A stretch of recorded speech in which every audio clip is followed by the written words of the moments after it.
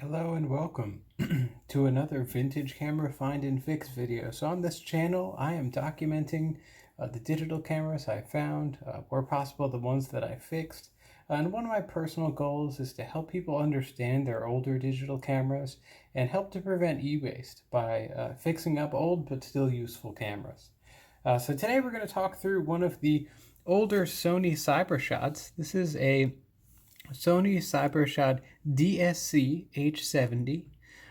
It is a 16.1 megapixel camera with 10x OIS optical image stabilization zoom. The f-stops or apertures fall between 3.5 at its widest and 5.5 at its closest in zoom.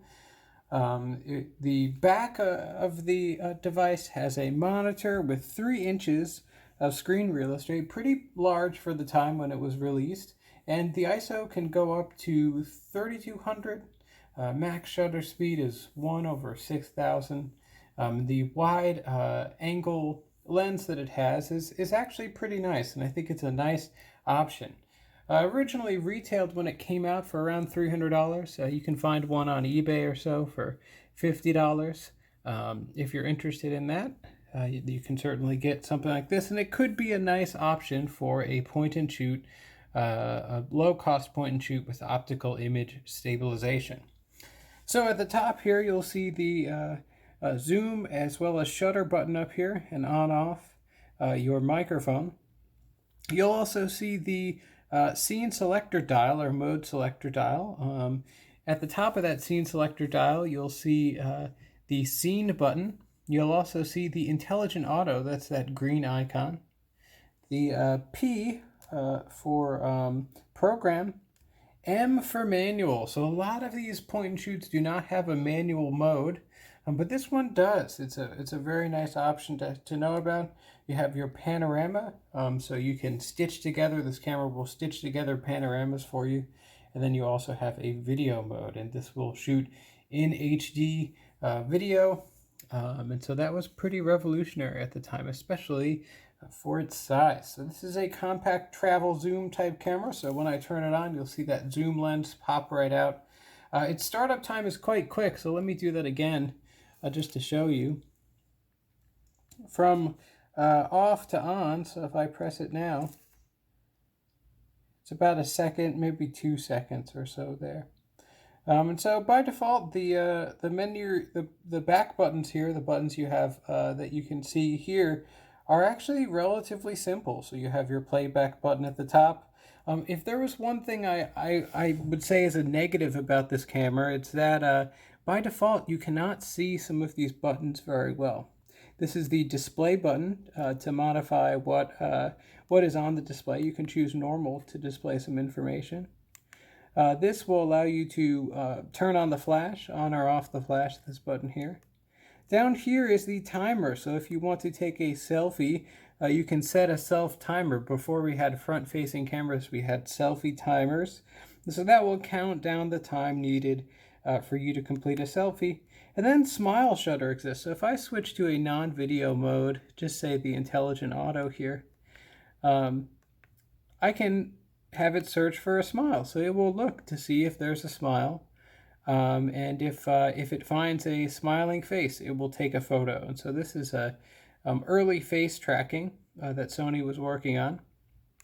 This button over here is the flash. I can turn the flash on and off, either auto or off. I can choose a 10-second or 2-second self-timer. Again, that smile mode. And then just the information I can display. I can choose how bright I want it to be. I personally like to have my exposure curves there. And then I can choose the type of focus that I want, either face select or tracking focus. If I want to continue tracking, I have my smile on, so I could turn that off as well. So let's dive into the menu. So this is very similar to a lot of Sony's older CyberShot cameras. So this is the menu, say, before the A6000 that those Sony CyberShot cameras had. The first thing we see is the resolution. So this camera can shoot natively at 16 megapixels. You can also choose 10, 5, VGA. as well as 12 megapixels and 2 megapixels in the 16:9 format. I tend to just shoot in the traditional 4:3. You can choose either single or burst. Burst can be nice if you want to catch, say, at a sporting event, you want to catch, maybe one of your children playing sports. You want to get that perfect kick. You can choose burst, and if you hold down the shutter, it will continue to take photos as long as you hold down that shutter. And in my case, of course, taking a photo of the pad below is not necessarily the best. You have exposure compensation value. In this case, you could normally choose scene recognition, but since I'm in intelligent auto, it won't let me. Smile detection, you can choose the type of smile. So depending on how you like to smile, if you smile big or your family or friends smile big, normal smile or slight smile. You can also choose the face detection if you want it on, if you want to focus on smaller, so child priorities or adult priorities. And it just uses the size of the face to detect that. One of the nice things about Sony cameras is that you can actually press at any point, and I'll just press this here, the question mark button, and you can actually go to the in-camera guide. So this button right here, and it will walk you through the camera. I've always loved this about Sony cameras. So if you haven't had much experience with the Sony camera, you use the arrow keys to move up and down. You can click into the shoot guide and see how you might want to view things and stuff like that. So it's a nice thing to know about. So let's quickly look at some example photos that I took. Here is a photo of a flower. And you can see that actually the reproduction is pretty good. It's a little grainy, so it's kind of classic Sony when you pixel peep. Because the sensor is so small, it does get a little bit challenging sometimes. But I think it looks pretty good overall. I also recorded a movie. So right here is my movie. I can play this.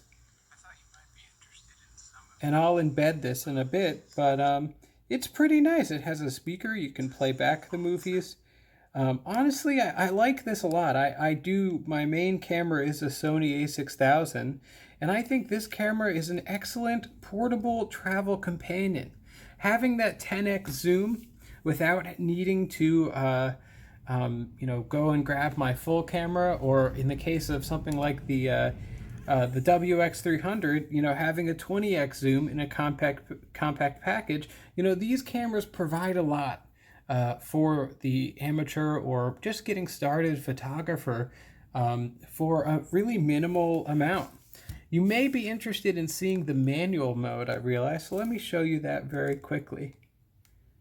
So if I switch it to manual, you can manually set the shutter speed and the exposure value. So this can be really nice. I can use in this case, I can, if I want to, you press the center key and change the exposure and those values manually, which is really nice. I can change my f-stop accordingly to either 8.0 or 3.5, and it's very excellent.